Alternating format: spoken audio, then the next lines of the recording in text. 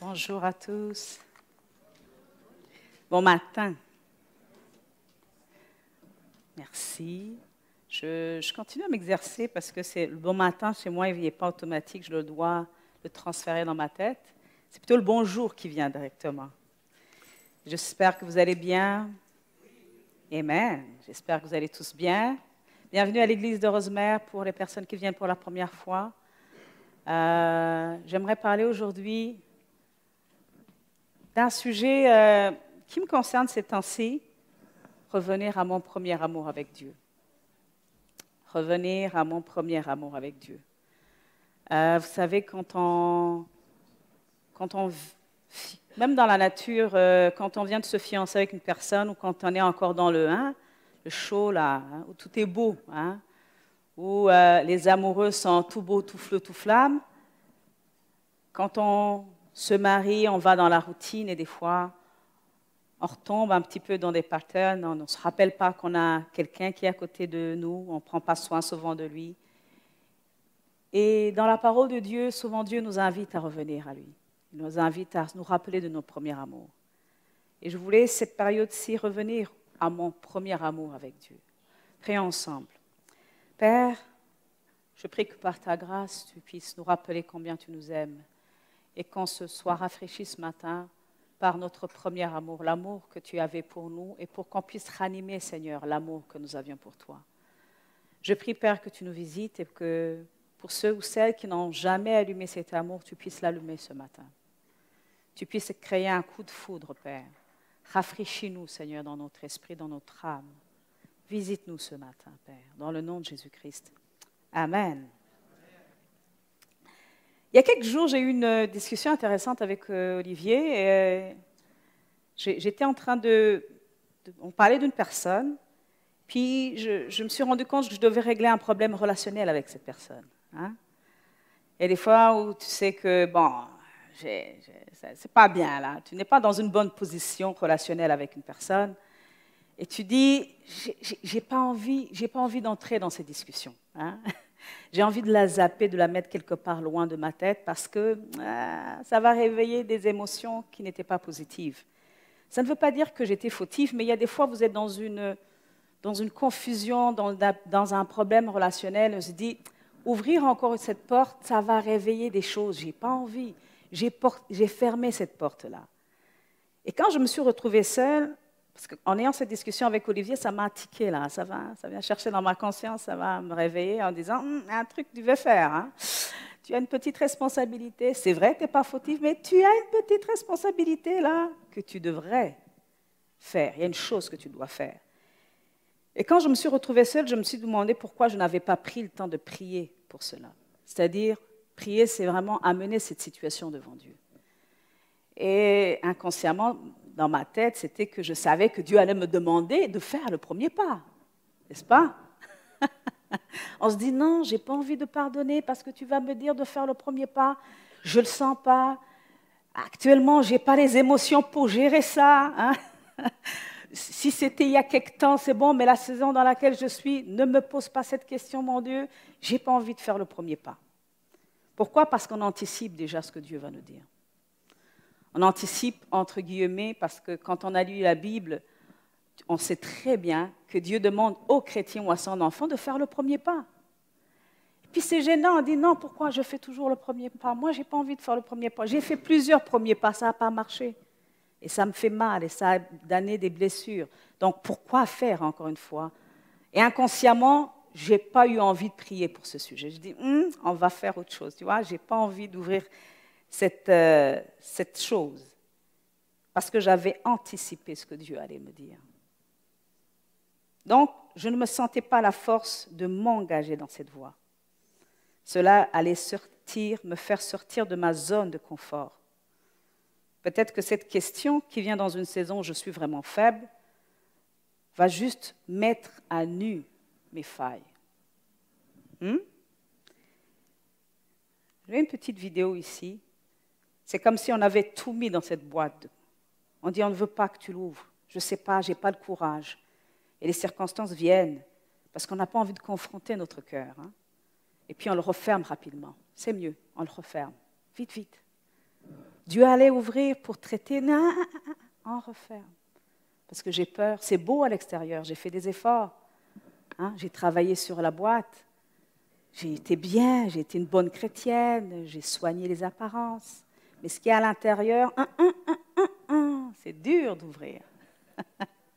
Et quand Dieu vous amène dans des circonstances où il faut ouvrir la porte et régler le problème, non, on a même tendance de se battre contre lui parce qu'on ne veut pas que cela sorte.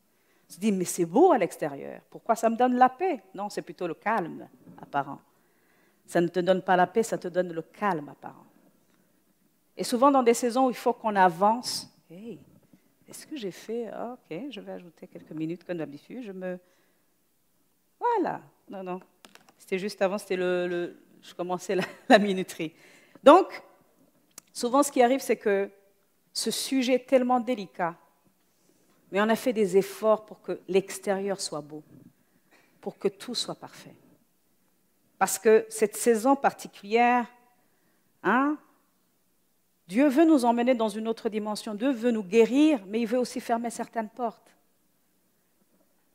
Et je ne sais pas si c'est comme ça pour vous. Ces boîtes, je les mets dans un petit placard. J'en ai beaucoup là. J'en ai un autre là. J'en mets. Et ça devient lourd émotionnellement. Ça devient lourd. Pourquoi? Parce que je ne sens pas la capacité de m'approcher de Dieu. Au fond, c'est dans ma tête. Je sais que si je m'approche de lui, il va me demander de régler des choses. Parce que le passé m'a montré que j'avais essayé un jour. J'ai vraiment fait des efforts. J'ai essayé, mais c'était mes efforts à moi. Et on vient, en tout cas moi, je me plains encore une fois en disant, non, pourquoi c'est toujours moi qui dois faire le premier pas? Pourquoi est-ce que c'est moi qui dois faire ce que les autres ne font pas? Pourquoi c'est moi qui dois payer le sacrifice? Et on a tendance à faire comme le fils prodigue. Vous savez, quand on est dans la présence de Dieu, on reçoit des forces.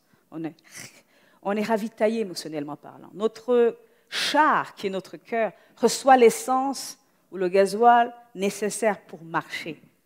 Et souvent, on s'en va, on se dit, mon tank, il est rempli. Et puis, on a de la force. On peut travailler, on peut pardonner.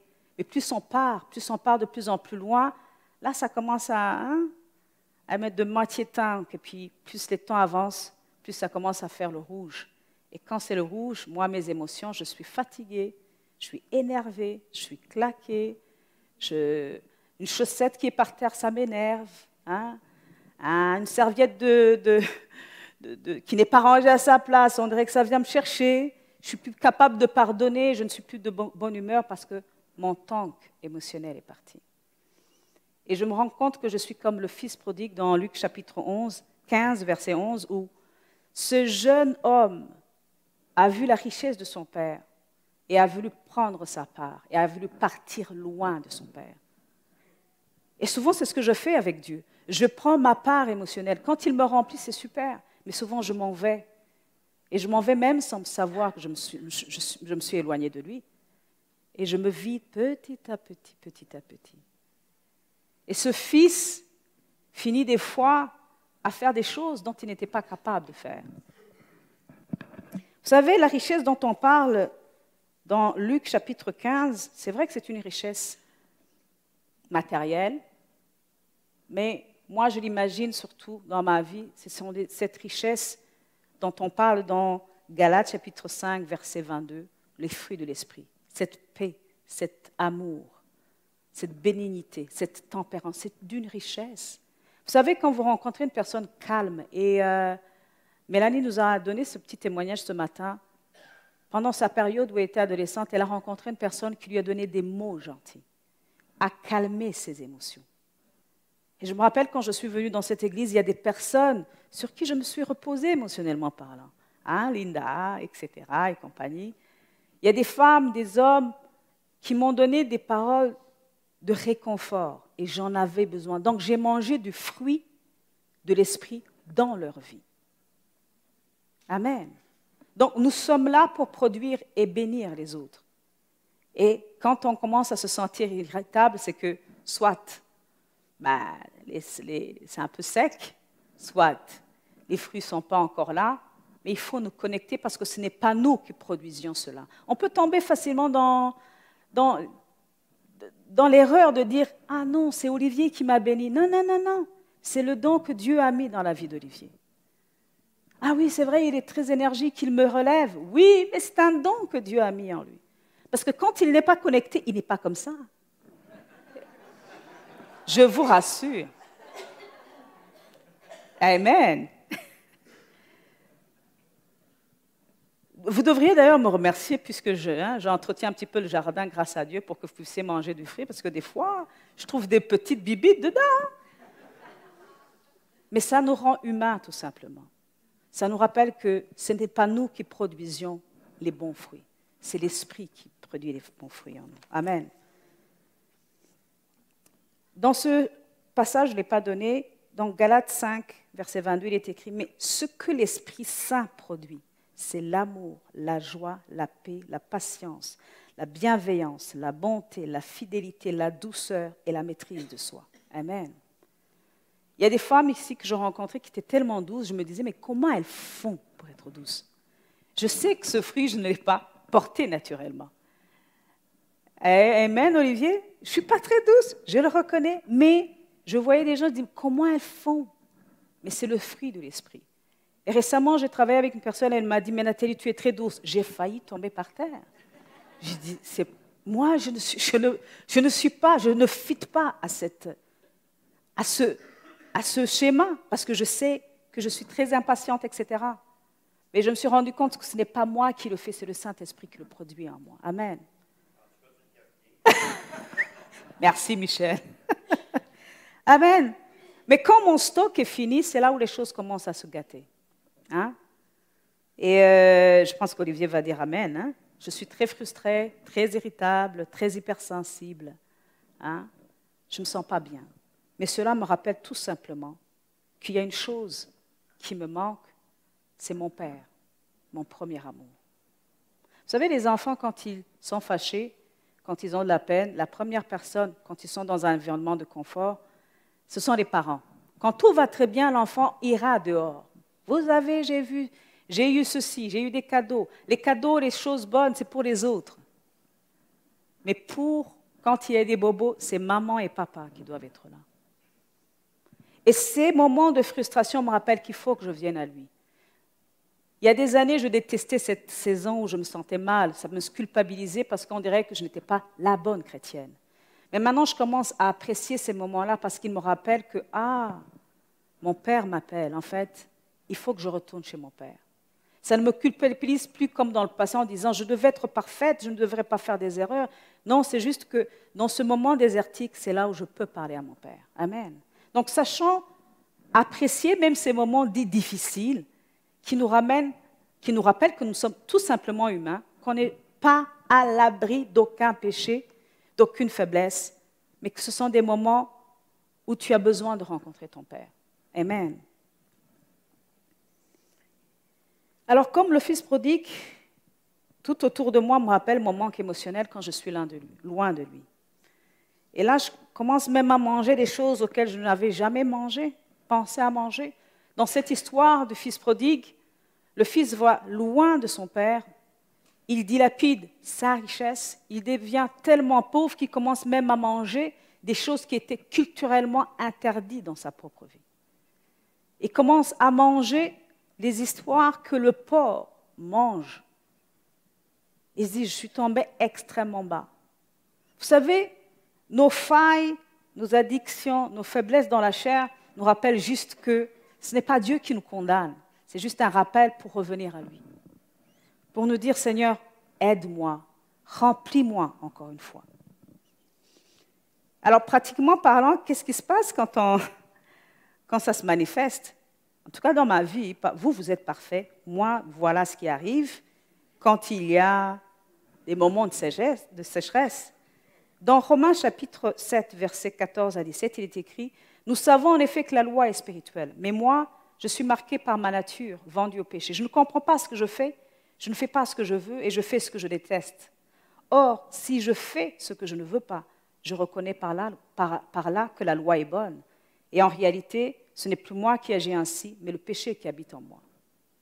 Plus je m'éloigne de ce Père extraordinaire, plus ma nature déchue revient encore à la charge. Et je commence à réagir différemment, bizarrement. Ma tête connaît la vérité, mais mon corps, ma chair, réagit différemment. En effet, je sais que le bien n'habite pas en moi, c'est-à-dire dans ma propre nature. J'ai la volonté de faire le bien, mais je ne parviens pas à l'accomplir. En effet, je ne fais pas le bien que je veux, mais je fais au contraire le mal que je ne veux pas. Or, si je fais ce que je ne veux pas, ce n'est plus moi qui le fais, mais le péché qui habite en moi. Je découvre donc cette loi. Alors que je veux faire le bien, c'est le mal qui est à ma portée. Je vous rassure, ça m'arrive souvent. Pour celles qui pensent que ça ne leur arrive pas, ça m'arrive souvent. De dire, j'aurais dû être calme, gentil, j'aurais dû pas crier, mais voilà, je crie, Et ça me rappelle que ça me frustre parce que je sais que je devais bien réagir, que je le Saint-Esprit, mais pourquoi je réagis comme ça? Donc, ça fait une bataille, je m'énerve et je crie encore plus. Ça devient un cercle vicieux. Je découvre donc cette loi alors que je veux faire le bien. C'est le mal qui est à ma portée. En effet, je prends plaisir à la loi de Dieu dans mon être intérieur, mais je constate qu'il y a dans mes membres une autre loi. Elle lutte contre la loi de mon intelligence, me rend prisonnier de la loi du péché qui est dans mes membres. Malheureux être humain que je suis, qui me délivrera de ce corps de mort? Non, ça je parle de moi, hein, pas de vous. Mais ce qui est extraordinaire, c'est qu'il y a une bonne nouvelle. Si ça ne serait été qu'à là, ce serait un drame pour nous les chrétiens. Ce serait malheureux de vivre ça perpétuellement. Le chapitre qui suit, dans chapitre 8, verset 1, mais maintenant, et j'aime beaucoup cette version-là, c'est la parole vivante. Maintenant, il n'y a plus de condamnation pour ceux qui appartiennent à Jésus-Christ. Si nous sommes unis à lui, nous n'avons donc à redouter aucune sentence contraire. Rappelez-vous, chaque fois que j'ai envie de prier pour un sujet qui me gêne et où je sens que Dieu va me demander des choses, je m'imagine déjà une sentence. Parce que quand on me dit d'aller demander pardon à une personne que je n'aimerais pas demander pardon, pour moi, ça sonne une sentence. Ça sonne, on me pousse à faire des choses que je n'aime pas.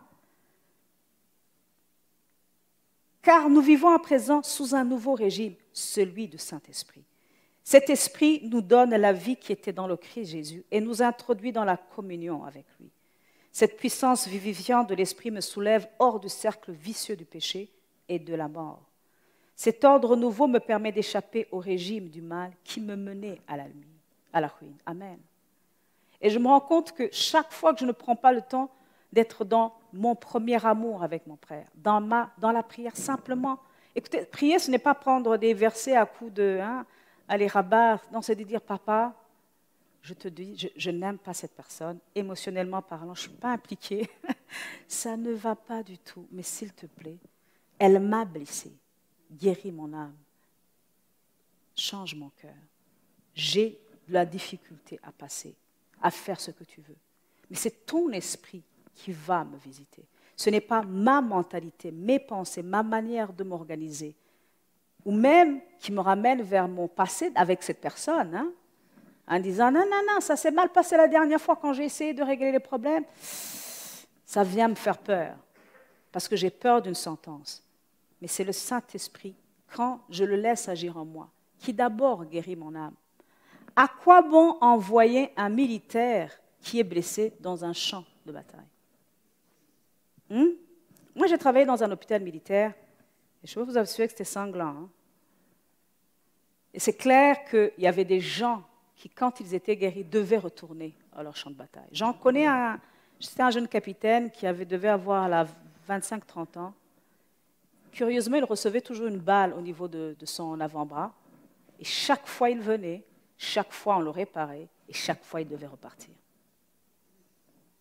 Mais on ne peut pas envoyer sur un champ de bataille un militaire qui est blessé, qui n'a pas de sang, qui a mal. Non, non. On lui donne le temps, on le répare, on le transforme, on l'équipe, et puis après il part. Souvent, quand on vient, on a même peur d'aller à l'hôpital de Dieu en disant « Non, non, non, tu vas m'envoyer là-bas. Mais tu oublies que d'abord, avant de t'envoyer, il te guérit, il te change, il te pense, il te force, il te forme. Il t'aime surtout. Parce que la première arme que Dieu va utiliser, ou le premier médicament, je veux dire d'ailleurs, qu'il va utiliser pour nous, c'est son amour. Son amour va venir nous réparer. Amen.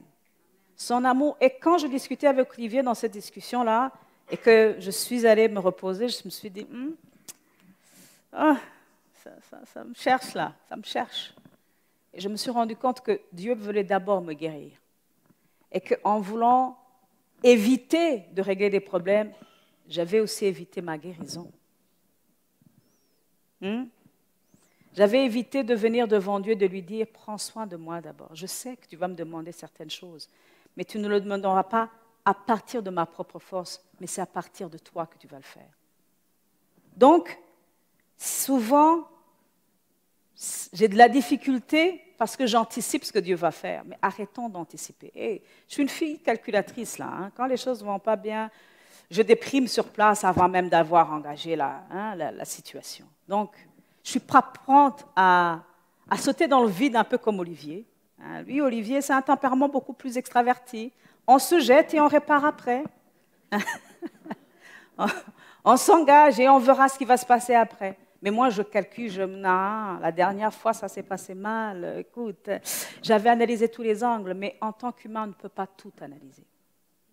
Et c'est dans la présence de Dieu souvent qu'on est d'abord préparé et qu'on a une autre vision des choses.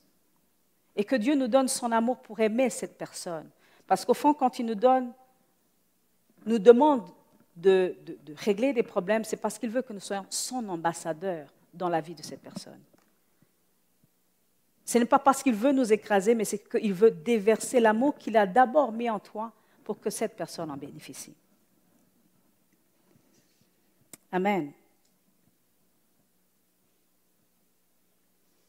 Alors, tu peux être... Je vais juste continuer aussi, verset 3. « Car ce que la loi s'est révélée incapable de réaliser, Dieu lui-même l'a fait. Les commandements, en effet, n'ont pu produire en nous une vie sainte. » C'est ce commandement dont j'avais peur chaque fois que je venais devant Dieu. Je me disais qu'il allait me dire « fais ceci, fais cela ». Non, non, non. Non, c'est d'abord dans sa présence qu'il me répare. Les commandements, en effet, n'ont pu produire en nous une vie sainte. La résistance de notre être instinctif les paralysait. Je pense que pour ceux qui ont des enfants, vous avez fait cette expérience que le cerveau humain ne connaît pas la négation. Hein? Vous dites à un enfant, ne fais pas, c'est la meilleure façon de lui dire de le faire. C'est clair. je dis souvent à mon fils, ne bouge pas. C'est comme si tu lui donnais du jus pour bouger. Je dis, mais qu'est-ce qui s'est passé? Pourquoi? C'est vrai que même les scientifiques disent, le cerveau ne connaît pas la négation. Ne pense pas à une crème glacée. Là, tout le monde va penser à une crème glacée. Parce que c'est comme ça que nous sommes. Donc cette nature instinctive est contre la loi naturellement. L'impuissance de la loi est due à la faiblesse humaine. Ma volonté égoïste est plus forte que les préceptes. Mon désir de jouissance leur ôte toute force. Voilà pourquoi Dieu a envoyé son propre Fils sous la forme d'un simple homme, revêtu d'un corps semblable à notre corps, accessible au péché. Dans cette chair pareille à la nôtre, Jésus a triomphé du péché et notre nature pécheresse s'est vue condamnée et désarmée. Amen. En offrant sa vie en sacrifice pour le péché, il a brisé le joug du mal.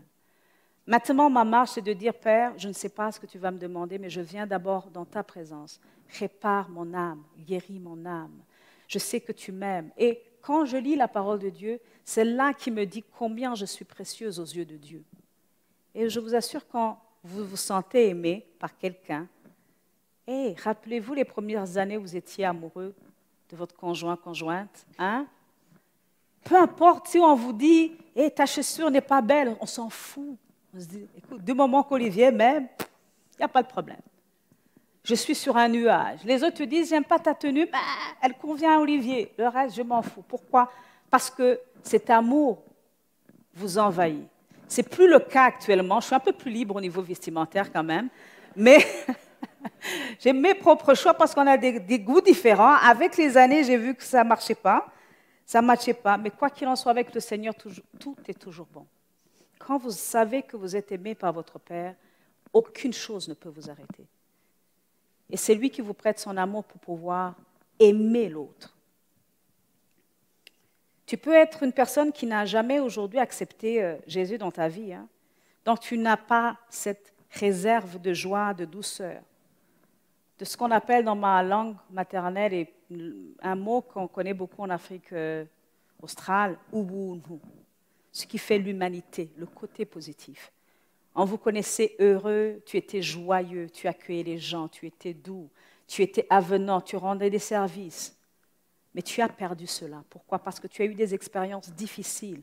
Les gens t'ont blessé, t'ont cassé. Hein? Tu dis, tu as fermé de plus en plus de portes parce que les gens ont abusé de toi. Tu as perdu cette flamme. Pourtant, Dieu t'avait créé à son image, même avant que tu ne le connaisses. Il avait mis ce dépôt positif en toi. Un dépôt extraordinaire, mais qui s'est effrité avec le temps.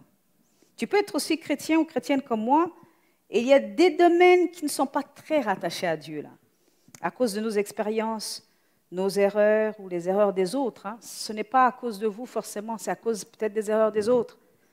Alors, les mauvaises circonstances ne définissent pas ce que nous sommes. Les mauvaises circonstances ne définissent pas ce que nous sommes. Et l'un des versets que je voulais rattacher à mon titre, c'était dans Apocalypse chapitre 2, verset 4, qui est écrit, où Jésus reproche à une église, « Mais j'ai un reproche à te faire, tu ne m'aimes plus comme au commencement. » Et je me suis retrouvée dans cette saison avec Dieu, je ne me sentais plus en amour comme dans le passé.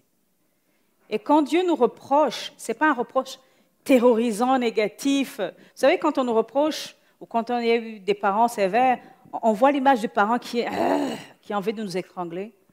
Mais quand Dieu nous demande cela, c'est pour notre propre bien. Il sait que ta vie dépend de sa connexion avec toi. Mais tu ne m'aimes plus comme au commencement, Nathalie.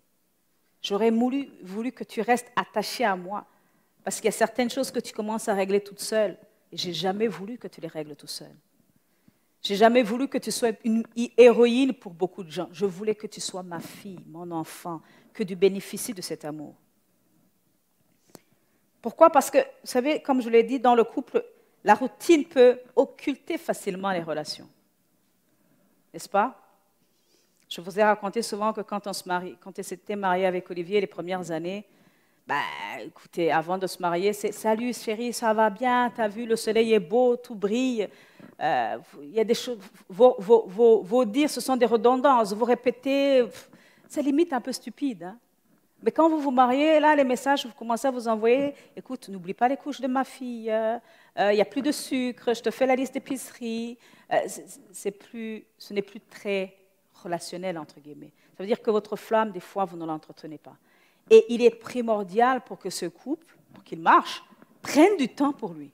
Dire, c'est vrai, nous avons 1000 choses à faire, mais il faut qu'on se laisse un moment pour rester ensemble, pour la survie de ce couple. Ce n'est pas que vous ne vous aimez plus, c'est parce que le temps vous a pris. Vous vous êtes éloigné à cause des œuvres. Donc, tu dois te discipliner pour sauver ton couple en disant je vais mettre ça de côté, j'allais peindre ma chambre cette semaine, mais je vais d'abord prioriser ma femme ou mon mari. Amen. Et souvent, on oublie de le faire avec Dieu. Non pas que Dieu a besoin de notre amour, mais parce qu'il sait que nous avons besoin de son amour. Amen. Quand Dieu nous demande de s'approcher de lui, c'est parce qu'il sait qu'il va réparer nos cœurs maganés. Amen. Je voulais juste vous rappeler une chose. Son amour nous répare. Je me rappelle une fois, j'étais dans une église, je voulais expérimenter l'amour de Dieu. Franchement, j'étais très cérébrale à une certaine période. Des fois, on peut lire la Bible très cérébralement parlant. Et c'était un moment de louange où les gens étaient assis, et puis j'ai dit, Seigneur, mon Dieu, on parle souvent de ton amour. J'aimerais bien expérimenter ce sentiment-là. Surtout quand on disait que j'étais un peu rigide. Et je l'étais, effectivement. Et ce moment-là, je me suis assise par terre et je dis, Seigneur, je veux ressentir ton amour. Et je crois que tu vas le faire. Rappelez-vous une chose, nous marchons par la foi et non pas par la vue. Et ce moment-là, j'ai dit, Père, je veux m'asseoir, je ne veux rien attendre d'autre aujourd'hui que ton amour. Je me suis assise et pour la première fois de ma vie, j'ai senti comme un manteau d'amour qui était sur moi. C'était un sentiment que je n'avais jamais éprouvé. Et j'étais fiancée avec Olivier, donc les émotions, je pouvais peut-être les décrire. Hein? Mais non, c'était une chose spéciale. Ça a guéri mon âme, certaines blessures, et je vous assure qu'à partir de ce moment-là, j'ai quand même changé. Je suis devenue moins rigide. Pourquoi? Parce que j'ai reçu de Dieu. L'amour répare, et l'amour de Dieu est réel. Et c'est pour ça que c'est très difficile pour nous d'aimer les autres lorsqu'on ne reçoit pas d'amour de Dieu. On doit d'abord aller à la station-service qui est la présence de Dieu et dire « Mon char est vide, ça clignote, ça fait un moment que ça clignote. Des fois, ça s'arrête en cours de route. On a besoin d'aide pour que nos frères et sœurs viennent prendre notre char et nous débarrasser de l'autoroute pour qu'on ne puisse pas nous écraser. Parce qu'il y a des fois, je dis, Olivier, je ne suis pas capable émotionnellement de gérer ça. Écoute, cette crise, tu l'as. Et puis je m'en vais parce que sur ce moment-là, je suis vide. Mais c'est dans la présence de Dieu, dans cette char, dans cette station-service que je peux remplir mon char, où je peux avancer. Amen. Mais des fois, on peut dire, il est un peu tard, Nathalie, ça a fait des dégâts, là. Il y a un truc que je n'ai pas réglé. Et non, je ne suis plus capable, je ne me sens pas capable. Mais si. La parole de Dieu, la Bible, est remplie d'exercices ou d'exemples où Dieu a rendu les choses impossibles. Je me rappelle d'une situation où, quand je n'ai parlé ici, les personnes ont paru un peu dubitatifs, on dit « Waouh, c'est bizarre quand même. Hein. » Quand vous avez été mère et que vous êtes maintenant grand-mère, bon, le job de maman a un peu diminué. Hein. Et des fois, même le corps ne peut pas porter des enfants. Et je leur ai dit, vous savez, dans notre culture, quand une femme décédée, lorsqu'elle était en train d'accoucher, sa mère pouvait prendre son bébé et l'allaiter. Et au bout d'une semaine, le lait maternel apparaissait. Ça veut dire qu'une grand-mère qui a déjà accouché et qui perdait sa fille en couche pouvait récupérer le bébé et l'allaiter, le mettre au sein pendant... C'était rien parce qu'il n'y avait rien. Mais au bout d'une semaine, l'allaitement revenait. Waouh, c'est quelque chose. Hein? Parce qu'à l'époque, on n'avait pas de frigo, et on savait que l'allaitement maternel était nécessaire. Donc, des fois, le temps peut vous montrer que vous n'êtes plus capable de produire certaines choses. Le temps vous a tellement magané, vous dites, je ne suis plus capable de faire des grandes choses, ou ce que Dieu a déposé en moi est impossible. Mais si Dieu a dit que tu es son enfant, tu vas aller jusqu'au bout. Amen. Cet exemple de temps qui a de l'effet sur nous m'a ramené à certaines de mes aspirations, de mes rêves, que j'avais mis un petit peu dans le... Vous savez, la petite vidéo que je vous ai montrée, j'avais bien caché là, j'avais bien enterré. Je dis, je ne vais pas le ressortir. Pourquoi? Parce que je vais encore être blessée. Et maintenant, je sais que je dois prendre des exercices et de dire, Seigneur, une boîte à la fois, hein, pas toutes les boîtes, mais une boîte à la fois. Je t'amène, Père, cette boîte. Guéris mon âme. On va l'ouvrir ensemble. C'est vrai que j'ai peur. J'ai peur de ce que j'ai vu, de ce que j'ai déposé, de mon expérience. Mais je te prie de guérir mon âme. Que j'écoute ta voix. Amen. Je vais inviter le groupe de louanges.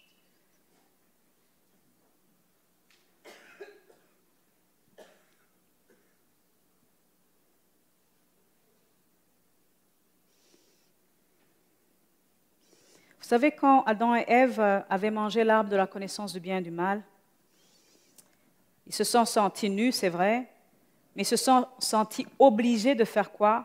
De prendre des feuilles de figuier et d'en faire des habits. Souvent, quand on se sent nu, on essaie de prendre de nos forces et de se créer des choses pour pouvoir nous protéger. Mais la présence de Dieu seule est celle-là qui va nous couvrir. On va prier avant de prendre la scène. Père, pardon. Désolée. Oh. Okay. On va le prendre le temps de prier.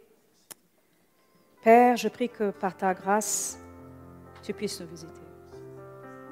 Père, ranime en nous notre premier amour. On a besoin d'avoir ce premier amour. On a besoin que tu ranimes, Seigneur, ce feu en nous. Pour ceux qui l'ont perdu comme moi dans certains domaines, je prie que tu puisses nous visiter. On ne veut pas marcher comme des automates en mode automatique, mais on veut avoir la vie qui découle de toi. Père, je prie que tu ouvres les yeux de notre cœur, que tu nous touches, que tu nous visites, que tu nous transformes, que tu nous guéris, que tu penses nos blés. Que tu nous donnes, Seigneur, ta confiance en l'avenir. Parce que des fois, on a peur d'aborder des sujets que tu veux aborder avec nous. Père, accorde-nous, Seigneur, de te donner libre champ dans nos vies, afin que tu traites tout ce que tu veux, Père. Que ton esprit, Seigneur, nous visite. Merci, Saint-Esprit, parce que tu es le spécialiste du chaos. C'est toi qui changes le chaos, Seigneur, en lumière. Saint-Esprit, viens visiter nos âmes. Viens guérir nos âmes. Viens nous épauler. Dans le nom de Jésus-Christ. Amen.